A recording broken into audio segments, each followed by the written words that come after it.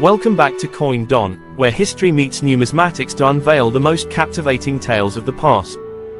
Today, we take you on an epic journey through the Asuka, Nara, and Heian periods of classical Japan, a time of grand transformations, divine influences, and artistic renaissance. This story is not just about the powerful emperors and courtly intrigues but also about the evolution of society and the coinage that marked each era. So, buckle up for an immersive adventure filled with stories of ambition, culture, and the birth of early Japanese history and coins. Now is a great time to hit the subscription button for more great videos like this. The Asuka period, 538 CE to 710 CE.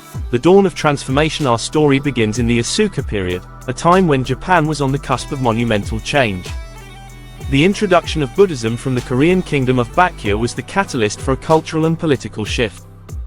This transformation was championed by the young and visionary Prince Shōtoku, a figure often surrounded by legends.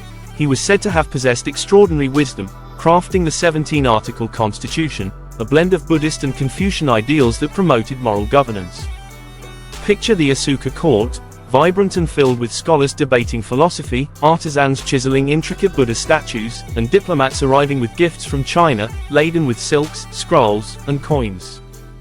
The prince's establishment of diplomatic ties with the Sui dynasty brought Chinese influences in governance, literature, and art to Japan. This was also the period when the first Wada Kaichen coins were minted, signaling the beginning of Japan's experiment with currency. In the villages beyond the court, life revolved around rice farming and community gatherings. Farmers would trade goods during market days, when the new coinage slowly made its way into the hands of traders. The coins represented more than just currency. They were symbols of a unifying state moving towards a centralized economy. This section will illustrate the Asuka court's dynamic nature and how early coinage played a symbolic role in Japan's growing identity. The Nara period, 710 CE to 794 CE. The golden age of culture. With the establishment of Nara as Japan's first permanent capital, the Nara period marked a golden age of religious and cultural prosperity. Emperor Shomu, deeply influenced by Buddhism, embarked on ambitious projects like the Great Buddha of Todaiji, an awe-inspiring statue that stood as a testament to the fusion of religion and state power. The colossal bronze figure, surrounded by monks and pilgrims, represented Japan's dedication to becoming a beacon of Buddhist culture. Meanwhile, the streets of Nara were filled with merchants, musicians, and artisans crafting delicate lacquerware and intricate textiles. Coins such as the man and suho were minted during this era, although the barter system still held strong among the common folk. The coins, with the Chinese-inspired characters, served as tokens of imperial strength and facilitated trade with neighboring nations. Travelers to Nara would see bustling markets filled with silk from China, spices from the Korean peninsula, and native Japanese pottery. The marketplace was a microcosm of the interconnected world that Emperor Shomu envisioned. Temples became centers of learning, not just places of worship, as monks transcribed sutras by hand and spread the teachings across the land. This section will illustrate how Emperor Shomu's devotion to Buddhism and large-scale projects influenced society and how coinage played a role in Nara's thriving economy.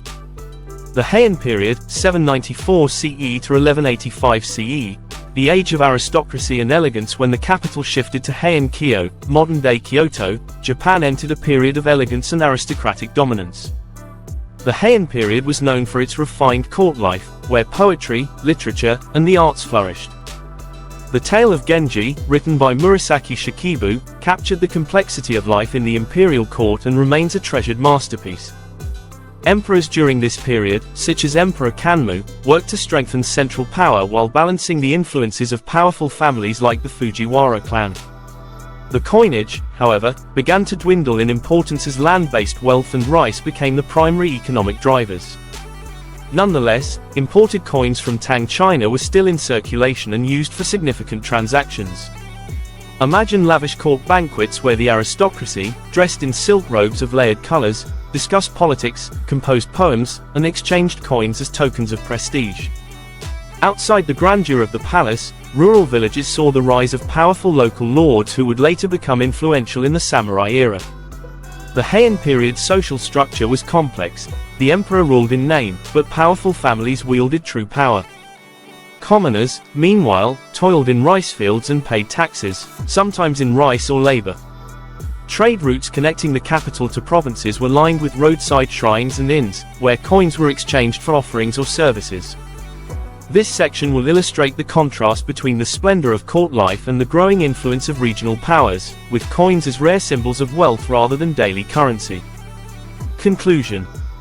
From the rise of Prince Shōtoku's enlightened rule in the Asuka period to the opulent life of Heian courtiers, the story of feudal Japan's early periods is rich with cultural shifts, ambitious leaders, and the symbolic evolution of coinage. These periods laid the groundwork for the samurai-dominated era to come and left an indelible mark on Japanese society. If this journey through Japan's dynastic history and coinage fascinates you, don't forget to like, share, and subscribe to CoinDon. Join us next time as we delve into the warrior code of the samurai and the emergence of shogunates. Don't miss it.